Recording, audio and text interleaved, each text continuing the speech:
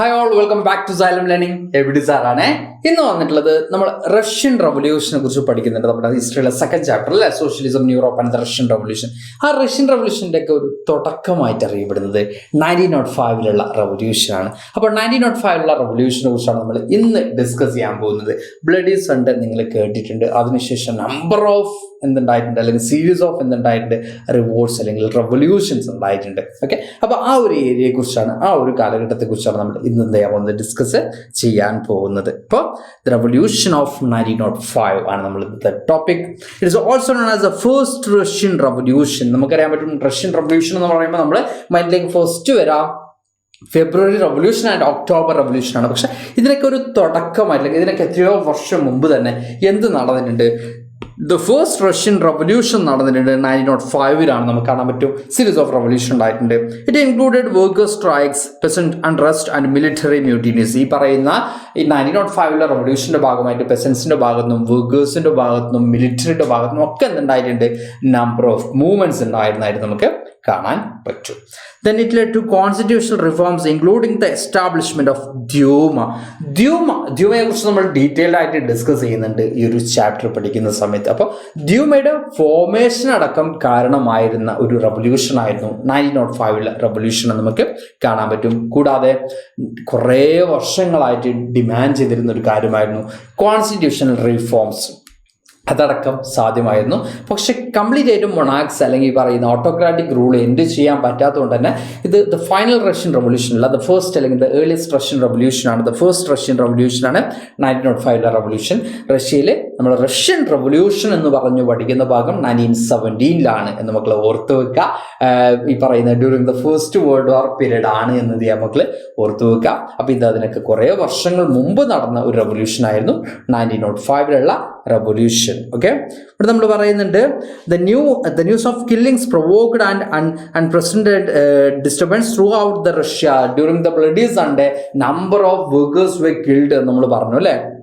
അപ്പോൾ ആ ഒരു കില്ലിങ്ങിനെ കുറിച്ചുള്ള അല്ലെങ്കിൽ ആ ഒരു മൊഴൂസിനെ കുറിച്ചുള്ള ന്യൂസ് ഭയങ്കരത്തിൽ സ്പ്രെഡ് ആവുകയും ആളുകൾ മൊണാക്സിന് അല്ലെങ്കിൽ ഓട്ടോക്രാറ്റിക് റൂളിന് അഗെയിൻസ്റ്റ് ആയിട്ട് ഭയങ്കര സ്ട്രോങ് ആയിട്ട് ആളുകൾ ഭയങ്കര ആങ്കർ ആവുകയും ഭയങ്കര സ്ട്രോങ് ആയിട്ട് റെസിസ്റ്റ് ചെയ്യുകയും ചെയ്തിരുന്നത് ഈ ഒരു റവല്യൂഷൻ ടൈമിൻ്റെ ഒരു പ്രത്യേകതയായിരുന്നു.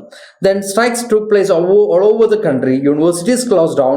Students' bodies staged walkouts and demanding civil liberties. ഈ റിപ്പോർട്ടിൻ്റെ ഭാഗമായിട്ട് ടൗണിലൊക്കെ ആണെങ്കിൽ നമ്മൾ പറയാറുണ്ട്, അല്ലെങ്കിൽ ഈ പറയുന്ന എന്താണ് യൂണിവേഴ്സിറ്റീസ് ക്ലോസ് ഡൗൺ ചെയ്തു. ഓൾ ഓവർ ദ കൺട്രിയിലും എന്താണ് സ്ട്രൈക്സും കാര്യങ്ങളും ഒരു അൺട്രസ്റ്റ് സിറ്റുവേഷൻ ആയിരുന്നു ഉണ്ടായിരുന്നത്. സ്റ്റുഡൻസ് അടക്കമുള്ള ആളുകൾ ഈ ഒരു റിവോൾട്ടിൻ്റെ ഭാഗമായിരുന്നു നമുക്ക് കാണാൻ സാധിക്കൂടാ. Then middle class workers formed union of unions and insisted for constitutional assembly. ഈ സമയത്ത് മിഡിൽ ക്ലാസ് എന്താ പറയുക വർക്കേഴ്സ് ഒക്കെ യൂണിയൻ ഓഫ് യൂണിയൻ ഫോം ചെയ്യുകയും കോൺസ്റ്റിറ്റ്യൂഷണൽ അസംബ്ലിയും കാര്യങ്ങളൊക്കെ ഡിമാൻഡ് ചെയ്യുകയും അതിൻ്റെ ഭാഗമായിട്ട് when strikes gained massive strength, emperors was compelled to form an elected consultative parliament called Duma. Duma എന്ന് പറയുന്ന ഒരു elected parliament consultative body form ചെയ്യാൻ ആരും വില്ലിങ് ആയെന്നുള്ളതാണ്, ഓട്ടോക്രാറ്റിക് റൂളർ വില്ലിങ് ആയി എന്നുള്ളതാണ്. ഓക്കെ, അപ്പോൾ കണ്ടിന്യൂസ് ആയിട്ട് മൂവ്മെൻറ്റ് ഉണ്ടായതിൻ്റെ ഭാഗമായിട്ടാണ് ഇലക്റ്റഡ് കൺസൾട്ടേറ്റീവ് പാർലമെൻറ്റ് ഫോം ചെയ്യാൻ ആര് വില്ലിങ് ആവുന്നത്, റൂളർ വില്ലിങ് ആവുന്നത്. അങ്ങനെ എംപറർ ഫൈനലി ദ്യൂമ എന്ന് പറയുന്ന ദ്യൂമയുടെ ഫോർമേഷൻ അടക്കം അത് എത്തുകയും പിന്നീട് ദ്യൂമ എന്താണെന്ന് നമ്മൾ നോട്ട് ചെയ്ത് വെക്കണേ. അൺഇലക്റ്റഡ് കൺസൾട്ടേറ്റീവ് പാർലമെൻ്റ് ആണ് ദ്യൂമ. ആ ഒരു പൊളിറ്റിക്കൽ ബോഡിയാണ് ദ്യൂമ. പിന്നീട് ആ ദ്യൂമയുടെ ഒരു കാര്യം കൂടി നമുക്കൊന്ന് പറഞ്ഞു പോകാം. Tsar dismissed the first Duma within 75 days. Within 75 days Tsar എന്ത് ചെയ്യുന്നുണ്ട്, അല്ലെങ്കിൽ റൂളർ എന്ത് ചെയ്യുന്നുണ്ട്, Duma ഡിസ്മിസ് ചെയ്യുന്നുണ്ട്. Then re-elected a second Duma within 3 months. Within 3 months second Duma എന്ത് ചെയ്യുന്നു, re-elect ചെയ്യുന്നു. Then he changed the voting laws. Back to third Duma with the conservative politicians. പിന്നീട് എന്ത് ചെയ്യുന്നു, തേർഡ് ദ്യൂമയിൽ കൂടുതൽമാരാണ് കൺസർവേറ്റീവ് പൊളിറ്റീഷ്യൻസ് ആണ്. That means traditional ആയിട്ട് മൊണാക്സിൻ്റെ പവറിനും കാര്യങ്ങളൊക്കെ support ചെയ്യുന്ന ഒരു ഗ്രൂപ്പ് ഓഫ് പീപ്പിൾസ് അടങ്ങുന്ന ഒരു തേർഡ് ദ്യൂമ എസ്റ്റാബ്ലിഷ് ചെയ്യുന്നുണ്ട്. അപ്പോൾ ദ്യൂമയ്ക്കും ഒരു ലോങ് ലൈഫ് ഉണ്ടായിരുന്നില്ല നമുക്ക് കാണാൻ പറ്റും. Then after 1905 most of the committees and unions were declared illegal. Severe restrictions were placed on political activity. Then ignoring the protest from Duma, Nicholas II decided to participate in the First World War. അതായത് 1905 ശേഷം പല യൂണിയൻസും പല ഈ രീതിയിലുള്ള organisations ഒക്കെ ban ചെയ്യുന്നു, അല്ലെങ്കിൽ ഇല്ലീഗലായിട്ട് declare ചെയ്യുന്നു. പിന്നീട് ദ്യൂമ അടക്കം വയലേറ്റ് ചെയ്തുകൊണ്ട് ദ്യൂമയിൽ ഡിമാൻഡ് ചെയ്തിരുന്ന ഒരു കാര്യമായിരുന്നു റഷ്യ ജപ്പാൻ വാർ ടൈമിലാണ് 1905 റവല്യൂഷനും കാര്യങ്ങളൊക്കെ സ്റ്റാർട്ട് ചെയ്യുന്നത്. ബിക്കോസ് റഷ്യയിൽ ഈ പറഞ്ഞ പോലെ തന്നെ എന്തുണ്ടാവുന്നുണ്ട്, റഷ്യ ഡിഫീറ്റ് ആവുന്നുണ്ട് റഷ്യ ജപ്പാൻ വാറിൽ. അപ്പോൾ ഒരു തീരുമാനം എടുക്കുന്നുണ്ട് ഡ്യൂമ പീരീഡ്, ഇനി റഷ്യ ഒരു വാറിലും പാർട്ടിസിപ്പേറ്റ് ചെയ്യുന്നില്ല എന്നുള്ളത്.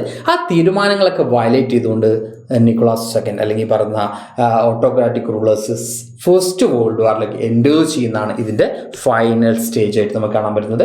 ദെൻ ഈ ഒരു ഫസ്റ്റ് വേൾഡ് വാർ ടൈമിലാണ് നമ്മൾ ബാക്കി പഠിക്കുന്ന എന്താ പറയുക റഷ്യൻ റവല്യൂഷനും കാര്യങ്ങളൊക്കെ നമുക്ക് പഠിക്കാനുള്ളത്. അപ്പോൾ നമ്മുടെ ഫസ്റ്റ് റഷ്യൻ റവല്യൂഷൻ എന്നറിയപ്പെടുന്നത് 1905 റഷ്യൻ റവല്യൂഷൻ ആണ്. അതിൻ്റെ ഭാഗമായിട്ടാണ് ഈ പറഞ്ഞ ഡ്യൂമയുടെ അടക്കം ഫോർമേഷനിലേക്ക് കാര്യങ്ങൾ എത്തിയിട്ടുള്ളത്. ഇത് മക്കളെല്ലാവരും കൃത്യമായിട്ടും പഠിക്കാം. അപ്പോൾ ഇതുപോലെ തന്നെ നമ്മുടെ ടെക്സ്റ്റ് ബുക്കിൽ എവരി ടോപ്പിക്സും നമുക്ക് വളരെ ഷോർട്ടായി പഠിക്കാൻ വേണ്ടി ഇനി ഞാൻ വരുന്നതാണ്, നമ്മുടെ എൻജോയ് ടീം നിങ്ങളുടെ മുമ്പിലേക്ക് വരുന്നതാണ്. അപ്പോൾ അടുത്ത ക്ലാസ്സിൽ നമുക്ക് വീണ്ടും കാണാം. Thank you all, by.